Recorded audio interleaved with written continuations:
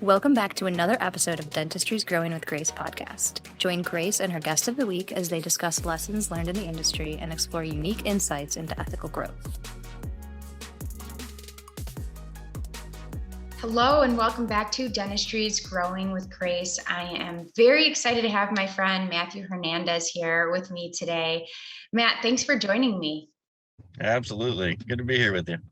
I'm excited because I'm going to talk and you're going to talk about some of the mistakes we're seeing made, especially in the startup space.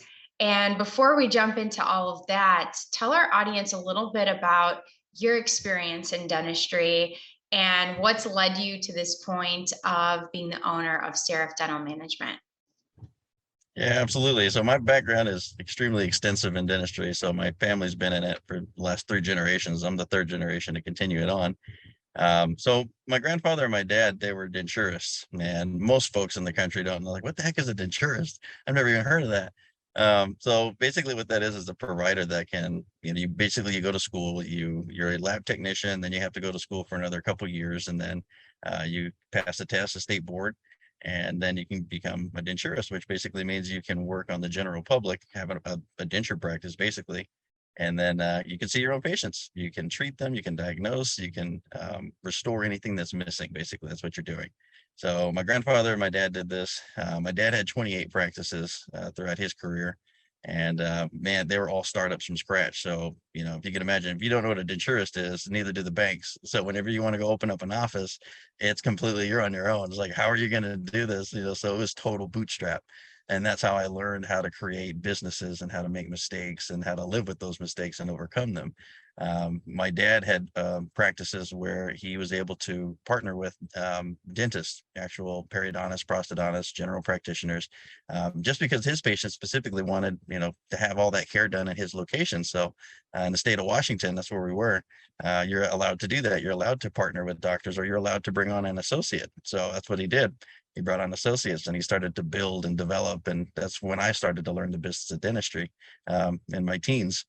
So I started working with him now, building the practices, learning what PMS systems were, learning what KPI wasn't a thing back then. Heck, we didn't even have internet worth the darn. It was all dial up. And when everything started going into, the thought process of, we're going to start billing online, and then you got to wait for the dial up to be stationary. And then all of a sudden it just turns off on you, and then like, great, I got to start over again. That took me an hour just to get all these claims in there. So yeah, it was fun. We came from back in that direction. So my dad had ended up exiting out of dentistry, and he sold all of his practices. And then for myself, when I got started, I'm like, okay, well, that's cool. How the heck am I supposed to get going? So I said, all right, I know how to do this, so I'm going to get started. So that's when I basically got moving. I created 35 of my own denturist basically practices, and they were all partnered up with periodontists, prosthodontists, and general practitioners. Some of them had hygienists. Started just to develop the clinic in that regards. My uncle has a dental equipment company in Fort Worth, Texas, and he's been at that for 40 years. So he was another, contributing person in my life that educated me on how equipment works. What do you need to do for your vacuum systems, for your air compressors, how far to run the lines, and how to, design the whole thing. So when I started doing mine, I didn't have I didn't have the luxury of just getting a loan. I couldn't do it. So I had to bootstrap it. So I partnered with an individual that I went to the denture school with. And then, I just started growing that practice, started becoming much bigger than it was. And then we went to another one, and then another one, and another one. And in 26 years, I created 35 practices. It was back in 2018, basically when I had everything all up and running. But as a startup, you learn so much of what works and what doesn't work, what demographics will dictate in terms of what you can offer patients. So I had put them all over, and I ended up working my way up from being in the underserved areas to the middle market class, where you're mostly PPO, fee for service. And then finally I got all the way up to a fee for service practice. So I've learned over the years what it's like and how challenging it can be getting through those different ranks of serving patients. That's awesome. I'm a startup too. And when I started, I had no money. I was 24, and that was interesting because I looked 12 and a half. There's still some old videos floating around from me when I first started. They're embarrassing, but might as well leave them up. It's fun. It's history right there. Yeah, they're out there somewhere. I look like I'm in somebody's basement or cave somewhere, like, very limited access to light and Right. equipment. But it's tough. It's tough to get momentum. It's tough to get started. And I know when I meet with startups, budget is always the toughest thing because you've got no cash flow.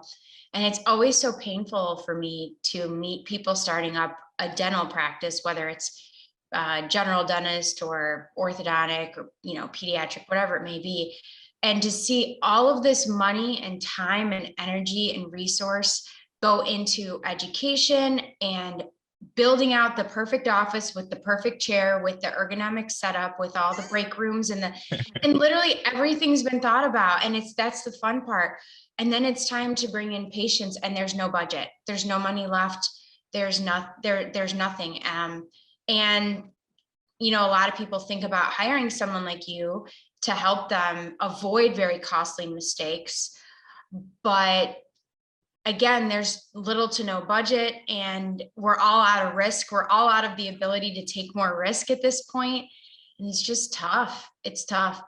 So what are some of the top budgeting and timeline mistakes that you see in this startup space?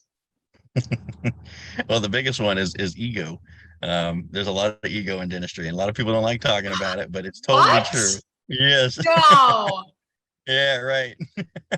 That's literally one of the biggest problems. And it's like my dad was a type A alpha dog, totally. I mean, like you didn't, even if he was going the wrong way and there's a massive black pit there, nope, I'm going that way. And that's what he would do. And no matter what, all right, we're going to have to watch him fall into it because that's what's going to happen. He knows better. That's generally what I see. I did the same thing in the beginning too. And it actually led me to losing. So out of 35 practices, I had to close 5 of them. So if you can imagine the heartache that it took, I mean, to get those things, and then they didn't work. I put them in the wrong spots and I wasn't really listening. People were like, oh, I don't know. I don't think that's going to work. I'm like, yeah, it'll work. I got it. I can handle it, and that's usually what I continue to hear. It's like, oh yeah, I'll figure it out along the way. It's like, okay, the business of dentistry is completely different than the clinical practice of dentistry. They're 2 separate elements. And if you can imagine, you're going to schools. Like for me, I went to denture school. It's not that long technically, but I went to 2 of them. So I went to denture school for 6 years on top of being a laboratory technician. So, I mean, I should have been a DDS. That would have been easier. Way easier. What were you thinking? Right. I know exactly. Well, yeah, following the family lineage. I just got the yes sir kind of thing and I kept marching. So, but that was the issue. It's like when I got out and I was working with my dad, he had it under control, but he did and he didn't. Think of it that way. Times change, people change. The dynamics of business it still remains. There's still basic principles, but the biggest issue is it's just people have that mindset of, yeah, it's not that hard. I can Google it. I can go do some seminars. I can research it. And I keep telling people, it's like, why would you do that when you have industry leaders out there that have made all these mistakes? You can bring them on for the same cost as a surgical tech, or even at the very most, if you're growing, the cost of an OM or maybe an assistant. I mean, you're not even looking at that big of an investment, and you're going to save, oh God, in stress and time and failures. And it just getting access to that knowledge of, okay, this worked. I understand how this is going to work, and giving you that checklist, that you just don't know yet. So is that total ego is one of the biggest factors of making people make these mistakes. Now, in terms of, let's talk about that though, okay? Because that's not a popular thing to say, especially because I have this rule that I've learned along the way, which is never insult your audience, right? Well, here we are saying, listen, don't be egotistical. But we're saying, hey, we've been there and we've both been through this where, yes, we kind of see, I don't know. I've always felt like, especially at the beginning of my business ownership, I would turn to books. I read a ton of business books. I've read Traction 8 times. I practically have it memorized. I don't think I know the answers. I look to people who have done it, take their feedback, and then, but I am also kind of stubborn, like trial and error. Like I'll try it, and then if it doesn't work, I'll either try it again or try something else. I'm okay with risk. I'm okay with risk. So that balances my ego problems. But let's talk about some phrases or some indications that someone might have a problem with their ego, because I don't think anyone walks around thinking, oh, my big fat ego is in the way of my decision making. I don't think that we're that self-aware. I don't know. Yeah, no, right. No, it's behaviors really. And it was the same with my dad. Like my dad would never say that stuff. And it was the same with me. It rubbed off on me in the beginning because I just felt like I was a hot shot. Yeah, I got it. I could put up another one. This is making, it's 800,000. Okay, I go, I'll get another one. No big deal. So it's literally your behavior and it's that swagger that you start to pick up. Just because you did it right once doesn't necessarily mean you're going to get it right again. And that's what I had to learn because I've gone to different demographics. I mean, you could go 10 blocks down the street and you're serving a different group of people. So that same hotshot thought process, you might have just got lucky, getting the right team members, because that's another dilemma. Again, the business of dentistry is operated by your auxiliary team, your front offices, your assistants. I mean, it's a different process. So if you don't have them duplicated, which we don't have a duplication machine yet in this world, you're going to have to be running by the string of your teeth basically to see if it's going to work out. So I think it's just behaviors, of what we assume if we're going to start taking unnecessary risks or have those phrases of, yeah, no, it'll be fine. It'll be fine. And we'll see how it goes. That's all basically means you don't have a clue. I have no idea. But you're going to. I'm always looking for those phrases. I tell Right. my team, if someone starts a sentence with, I think, I don't listen to anything after that. Nothing counts.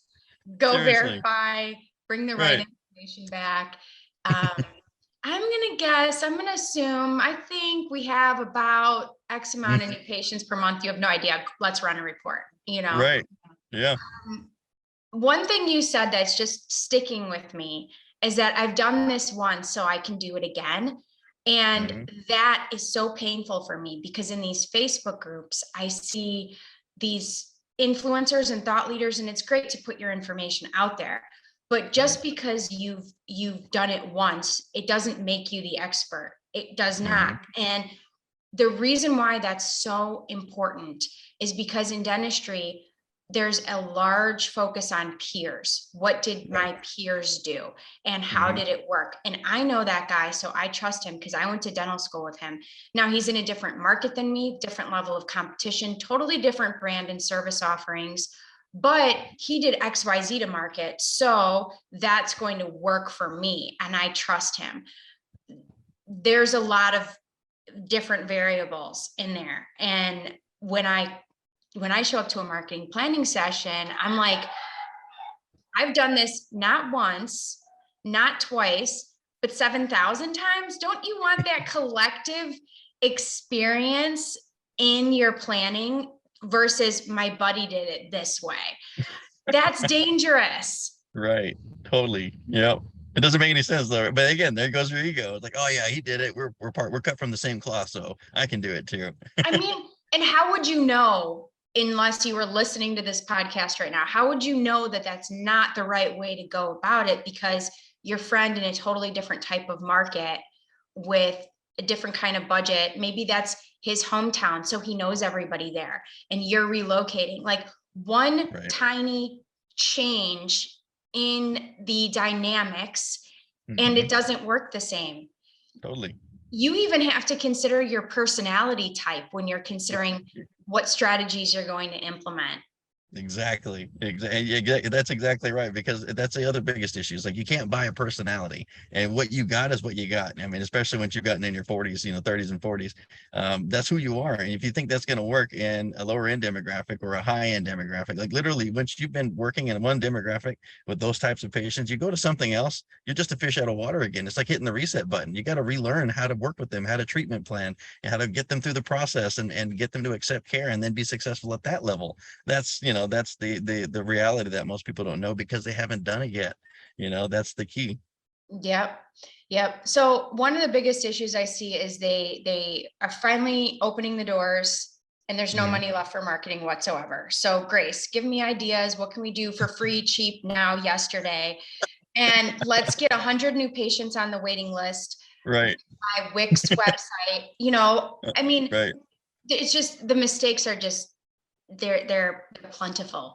What are some of the budgeting or timeline mistakes that you see? I know I harp on this marketing thing, but outside of marketing, or within it, what do you see as an issue with budgeting and timeline? Usually there is no budget. That's the issue.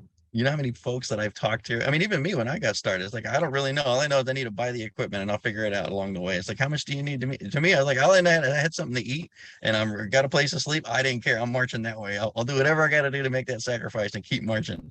With a lot of folks, though, it's kind of similar, not as severe, but it's similar in the sense that, like, okay, what do you guys have working with? How much do you have left? All they're doing is looking at the bank account and they're going, oh no, it's getting lower. It's getting lower. I've only got so much left, or I'm almost out. Like, okay, how did you get there? Did you realize that you have to do specific things in the beginning? And the one thing that they're not doing is not focusing on the marketing element. They're not focusing on how the processes are going to work. And they're not focusing on the culture. They're not focusing on none of this stuff. They're just more worried about, oh my God, I got to get to the permitting. I got to get the contractor in there. Can I find one? And how pretty is it going to look? Did I get the right equipment? Like, that's really not the premise of what you should be focusing your time on. The pretty thing, how pretty is it going to look? I see these beautiful office build outs, and Totally, yeah. I see the priority being in the office space. And I think that's great if you have the means, but in lieu of marketing, oh, you're not going to have anyone to sit in that beautiful chair. Right. Well, and even convert, because they have to have the skill set and the verbal skills to be able to take. I mean, you could put $1 billion into marketing. Whoever's answering that phone is going to dictate the outcome of what you're going to get out of that marketing budget. So for example, you guys are doing your thing. You get to answer that phone. Hello, how can I help you? I'm like, who wants to schedule with hello? How can I've heard that so many times, where they're on their phone and people are walking in. I was like, oh my God, just there's no service. That's the problem. The worst one I heard, and it was one of my clients too. Oh, it's painful. I called and it was dental office. And I was like, oh no. Oh no.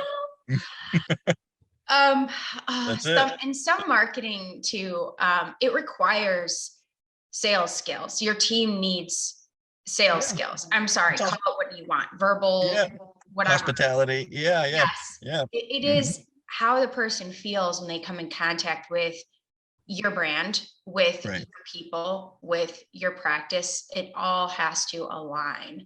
Totally. You know what's crazy?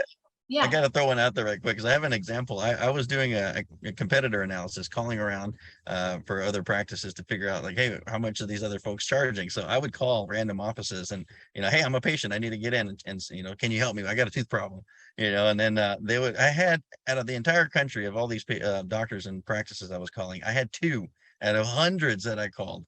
2 of them made me really want to go get something. Like, I really wish I had this dental pain, because of the level of compassion that came through that phone.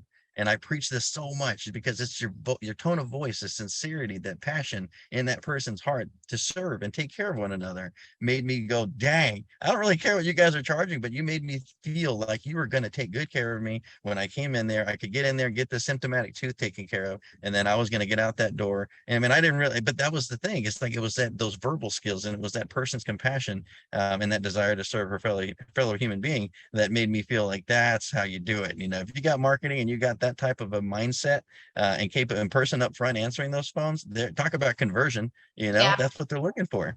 I always say that sales is a transfer of emotion, and I didn't make that up, obviously. I just repeat what other smart people have said already. And that matters in everything you do. And it has to be sincere. Sometimes you need to hit the reset button and remind your team why we're here, why we're doing what we do. Timeline wise, I think this came up with us yesterday when you and I were chatting, because we chat a lot about like mutual clients and what they need and where they're at. And we talked a little bit about hiring the team. And for a startup practice, how do you balance the timeline of hiring people when you don't have any cash flow yet? That's always, I've had people say, we have nothing left for marketing, but our team is here. And I'm like, how are you paying them? Right. An egg.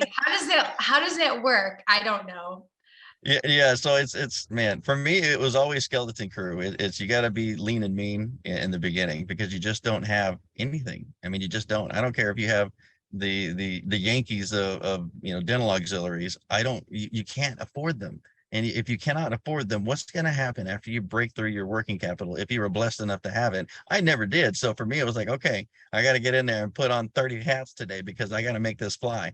And I would do what I needed to do to get to that point, which is what I always tell individuals. Like when you do a startup, you've got to be humble enough to understand that you've got to wear many hats. You've got to get in there. You've got to get after it. This isn't one of those things where you're just going to be able to sit there and delegate, do some drill and fill, and your office is going to work just miraculously perfect. It doesn't work that way. So you cannot hire an entire team before you open, and I don't care what you're giving them to do, it's just not enough. And you certainly aren't going to be able to pay them full prices if you are a fully functional practice. So that's one big mistake that I see a lot of folks doing. They start going bananas trying to get them, because we all know how hard it is to attract team members, to try to find those auxiliaries. Where do you start? Let's say you're a general practice, you're in a moderate competition market, you just started marketing, but it takes a few months to work. Listen, people, it takes a few months to work. If you start day one, you're not going to have patients day two. Anyway, I digress. So what do you tell someone in that situation? How many people should they hire? Should they have a hybrid assistant front office phone support and then graduate? Or, what's like the skeleton crew look like when you're opening the doors and you have no patients? Yeah. Okay. So some people do that. I'm always against having the hybrid front office dental assistant kind of split. You can do that type of a deal, but talk about creating burnout, because they're going to be burning rubber in the front and the back. And they can do it. Yes. And they care and they want that job, but what you're doing to that human being is not right. You need to simplify the processes, especially with the generational, gap that we've got. The greatest generation versus Gen Zs and Gen Y and Gen Xers, they're not like the greatest generation. You can't just give them an order and they'll say, yes, sir, and go do it. So the idea is to simplify their processes and make it simple so they want to stay there. They don't feel like they're overwhelmed. They feel like they can do it and they can make you proud. That's the biggest key. But to skeletonize it, basically, you need somebody in the front, somebody with verbal skills, somebody with that hospitality, that compassion. That's literally my, go-to.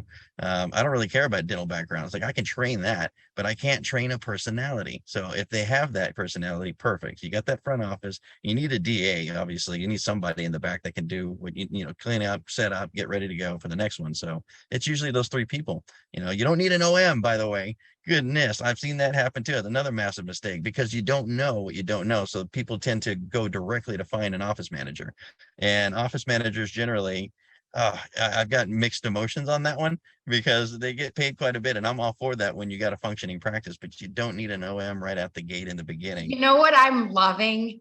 Okay, I just want to say this. I am meeting so many people where wife is dentist and husband joins in to be business manager and starts part-time, and then they kind of grow together, and I'm loving and or vice versa, husband doctor, wife, office business manager.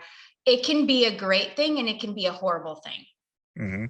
Great. Totally. It's great when you have total buy-in, you have equal work ethics, and you delineate, this is what I'm in charge of, this is what you're in charge of. Right. I work with my husband. You can tell I have this firsthand experience. Sure. It's good when you can do it, but it's bad when, again, we're going to say the E word, when ego gets in the way, because I've seen husband managers or wife managers who are fielding new patient calls, and they have no training in that. And so then they're invested. That's the automatic benefit of spouse in business, is they're hopefully not going to steal from the company or have any, there's inherent trust there that they've bought in because it's theirs. Sure. But then you have the ability to coach, you go to coach them and they're uncoachable. That's the hard part. Totally. Actually, that's the problem with anyone. If you go into a situation and you're uncoachable, you're anti-learning, then you're not going to be successful in that role, no matter who you are. Exactly. And that kind of goes back to budgeting. So like you need to have that in there. You got to find you that coach, that practice, transition expert, somebody in the industry that knows what you're going through because it's variable. And there's really no one person that's the one that walks on water. It's like even me, I've got all this experience. I've risen to the occasion. I've made it and I failed and I made it and I failed. I've done it so many times. I've had laboratories. I had a mobile dental practice across the state of Washington where we served, I think 35 health and rehab facility. I mean, I've done so much, but am I perfect? No. It takes perspective. It's the individuals that you're looking for that may give you what you need in the beginning, but you have to budget this stuff. These are more primary. Marketing's primary. Leadership is primary. Before you go get that fancy 8 12 o'clock position, spending $30,000 for a center island cabinet. Do you really need that? I mean, I never had it. I've had some serious hole in the wall offices that I eventually grew up and renovated. It looked really pretty, but those offices were generating quite a bit, and it didn't, you don't need that much. But again, it goes back to ego. Some of these folks want to have the Taj Mahal of a dental practice, and then you're stuck with all that debt. And before you know it, stress happens. Before you know it, your schedule's out of whack and you're pushing people. And then all of a sudden, boom, burnout hits. And people are running around. I don't know why I can't have, my employees stay with me. It's like, I wonder why, that's where this whole thing just spirals out of control. So, yeah. And I'm going to say in response to that, I think just as so many people struggle to keep employees, an equal number struggle equally in letting go of wrong fit employees. seriously, and I yes. would even argue that's a bigger problem in dentistry is I've had my team for 10 years, 20 years. They've been with me from the beginning and like they're stealing from you or they don't show up half the time. So there's this thing called culture. And I think a lot of people think it has to do with how much paid time off you get and what kind of, I don't know, in the marketing world, it's like, do you have ping pong and kegs and this weird stuff, which it's all a trick anyways, but it's not real culture. But I learned that culture is the energy of your practice. Culture is the personality of your collective team. And if you have one person who's really not a fit, you can't protect your culture. You can't protect that positive energy within your business. Have you seen this as like a major way? Are you seeing this in dental practices? I'm not that embedded in it. I've seen it. Yeah, I've seen it so many times. I mean, I saw it with my family. I kind of did it a little bit myself. And then when I've been coaching, all these practices across the country, it's that way. I mean, and the funny thing is, I almost relate it to a relationship, a physical man-woman relationship, because people tend to like, you fall in love. Yeah, they're wonderful. And then they start making excuses for the individual. And I'm doing with that constantly. It's like, oh yeah, well, so-and-so does this, but they're terrible. They're angry and they're not really doing what I asked them to do. And they kind of get mad at me, but we work well together. I'm like, come on, this is like a horrible, this is like Couples Retreat, the movie, we work well together kind of thing. Like seriously, you can't be making excuses for something that is a business. This isn't a relationship. You're not married. This is a purely business. Yeah, exactly. Okay, and this is why you need an advisor. I'm just going to say it because when you're in it, sometimes just having a trusted person to speak to allows you to get that perspective.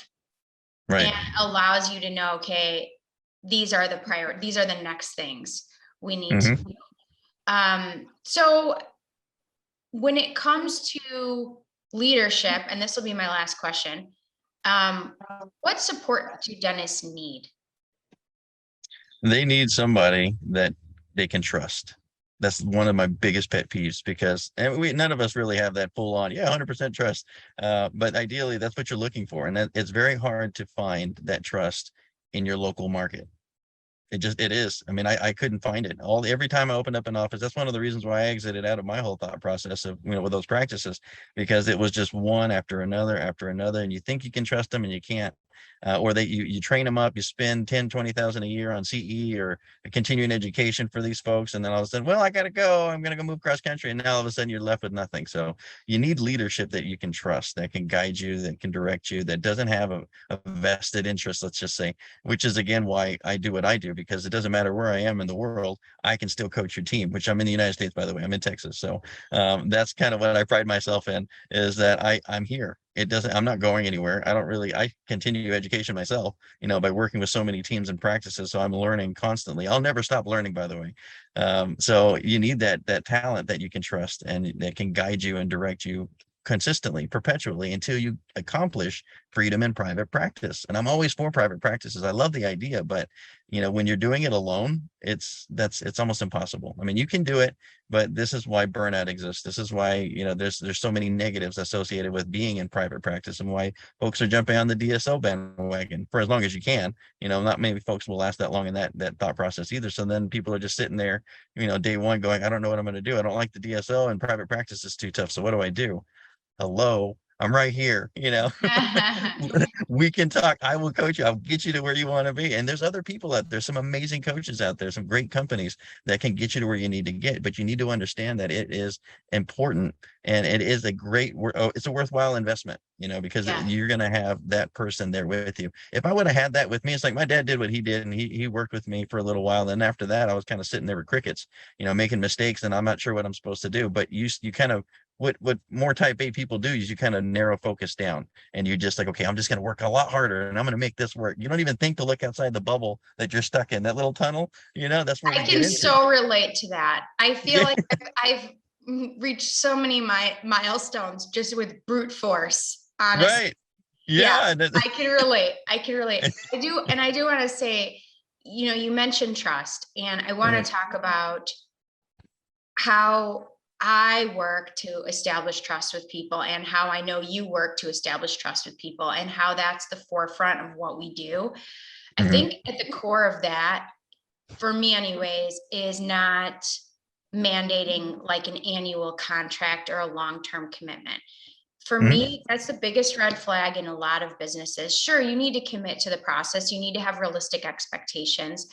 But if an advisor or anybody is offering you something and you have to like sign in blood, a year, 4 months, 3 months, whatever it is, it's probably not what they say. And if they do lean on trust so much, they shouldn't necessarily need that. And so I would just say everyone's going to say, I'm trustworthy, I'm ethical, but are they giving you truth, or are they pitching you some too good to be true, buy now type? Follow your gut a little bit in these decisions and talk to people, reach out, look at people's reputations. Matthew, I know with you that you're flexible with people when they come on to work with you. It's more about what they need in that moment than do you fit this, program or binder, and I know you have programs and processes, but I know that it's an individual situation. How do you help people feel comfortable, build that trust, in your own working environment? Yeah. So, initially I always try to give them that free consultation. We talk to each other, we figure out what's going on. If it's an hour or two, I've gone 2 hours before. For me, this is my passion. This is something I'll never stop doing. I love it so much. And knowing that I can help change people's lives and your patients is something I'm just totally addicted to. I love it. It's my calling in life. So I usually just start out with the free consultation. We talk, we explore the options of what you're doing, how I can help you. I give you some free advice of what I've done. And then that gives you that opportunity to see, okay, where's he coming from? And is he a fit for me? Is it going to work? Even listening to this person versus just reading a book or something, because everybody's got a lot of great verbiage to say, but it's ultimately boiling down to you as an individual. And with what I do, I'm right there with you. So that's where the next step comes onto play. So they can talk about, joining on a program or being with me. And it's always month to month, because I'm not trying to, lock you into something that you're not going to want. But longevity is king. The longer you stay with an individual, as provided you're learning and it's benefiting you, the more results you're going to get. And you're going to start adapting and evolving into that thought process and mindset. And you don't have to be the one that's doing it. It's just like marketing. If you gave somebody marketing advice, and you just do this on a monthly basis without you actually doing it, how successful is that going to work? It's like you are the one that they're paying for. You're the one that they want, backing them up, giving them the information and focusing on that task.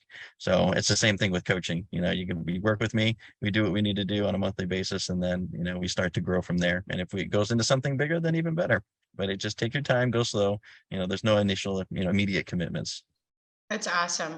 And I think that some people might be on the fence of saying, is this worth it? Should I start this business? I haven't Right. found one that's a fit for me to buy. I'm on Right. the fence. What can I expect? I think having the right advisor is Mhm. going to play a role in whether or not they even feel the confidence to take that plunge and Right. enter this world of business ownership, which I will say, I love it.